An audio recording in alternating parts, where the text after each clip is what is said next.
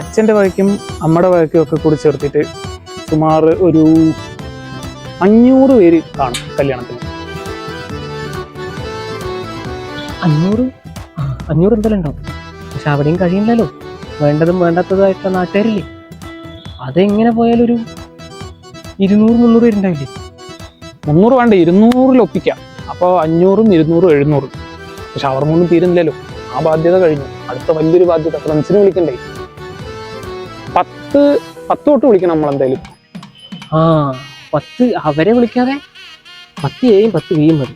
10 C വേണ്ട. 10 C നമുക്ക് പണ്ട് മുതലാവില്ലല്ലോ, ഒരു മാത്രം മതിയാണ്. പിന്നെ പ്ലസ് ടു എന്ന് പറയുമ്പോൾ നമ്മൾ സീനിയേഴ്സിനെയും വിളിക്കേണ്ടി വരും. കാരണം നമ്മൾ പണ്ട് തൊട്ടേ അവരുമായിട്ട് നല്ല ടൈ ആണല്ലോ. അപ്പോൾ സീനിയേഴ്സിനെയും വിളിക്കണം, എല്ലാ ഡിപ്പാർട്ട്മെൻറ്റായിട്ടും വിളിക്കേണ്ടി വരും. Commerce, humanities, biology. കാരണം നമ്മളിവരെ എല്ലാവരുടെ കല്യാണത്തിനും പോയിട്ടുണ്ട്. എടാ കോളേജ് ഒരു അറ്റത്തുനിന്ന് വിളിച്ചു തുടങ്ങണം. അവിടെയും നമ്മളൊന്നും മിസ് ചെയ്തിട്ടില്ല, എല്ലാ കല്യാണത്തിനും പോയിട്ടുണ്ട്. എല്ലാവരുടെ കല്യാണത്തിന് നമ്മൾ പോയിട്ടുണ്ട്. പക്ഷെ ഒരു സംഭവം എന്താണെന്ന് വെച്ചാൽ എല്ലാവരും ഇപ്പോൾ മാരീഡായി. നമ്മൾ ക്ഷണിക്കുകയാണെന്ന് വെച്ചാലും ഇവരെല്ലാവരും ഇപ്പോൾ ഫാമിലി ആയിട്ടായിരിക്കും വരാൻ ചാൻസ്. ഉറപ്പാണ്. നമ്മൾ നേരിട്ട് പോയി ക്ഷണിക്കുകയാണെന്ന് വെച്ച് കഴിഞ്ഞാൽ ഒരാൾക്ക് പകരം 3 പേര് വരാൻ ചാൻസ് ഉണ്ട്. നമുക്കൊരു കാര്യം ചെയ്യാം, വാട്സപ്പിൽ അയക്കാം. അതാകുമ്പോൾ ഒരാളെ വരുന്നു. അപ്പോൾ എങ്ങനെ ഒരാൾക്ക് വരെ ഇപ്പോൾ 2 പേര് വന്നാലും നമ്മളുടെ ബഡ്ജറ്റിലാണ്. ഓൾറെഡി ഇപ്പം നമ്മുടെ കണക്കുകൂട്ടൽ പ്രകാരം 500 ഫാമിലി, 200 കുടുംബക്കാർ, പിന്നെ നമുക്കൊരു നമ്മുടെ ഈ ആൾക്കാരൊക്കെ കൂടെ ചേർന്ന് 200 ആകുമ്പോൾ ഉള്ള ബഡ്ജറ്റാണ്. നോട്ട് ചെയ്യാം, ബഡ്ജറ്റ്. പക്ഷെ അതുകൊണ്ട് കൂടി തീരുന്നില്ല. ഭക്ഷണത്തിൻ്റെ കാര്യമാണ് ഭയങ്കര വൻ സീനാണ്. സംഭവം നമ്മൾ 900 പേർക്കുള്ള ഭക്ഷണം പറഞ്ഞു കഴിഞ്ഞാൽ നമുക്ക് നല്ല നഷ്ടമാണ്.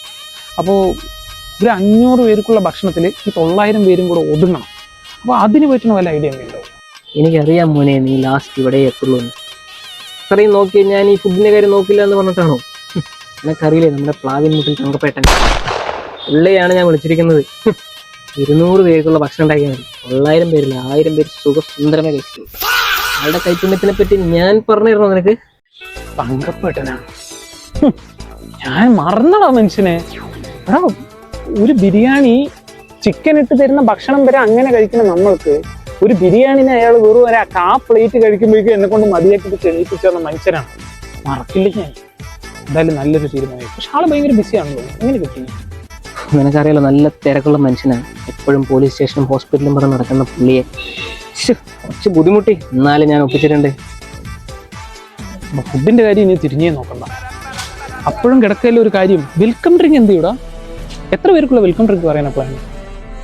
വെൽക്കം ഡ്രിങ്ക് ഒന്നും നീ ലിസ്റ്റിൽ ഏർപ്പെടുത്തേണ്ട ഒരു ഐറ്റം അല്ല. ഇതൊക്കെ ഞാൻ സെറ്റ് ചെയ്യാം. വെറും 2 ഡ്രം വെള്ളവും കുറച്ച് കളർപ്പൊടി ഉണ്ടെങ്കിൽ സെറ്റായി.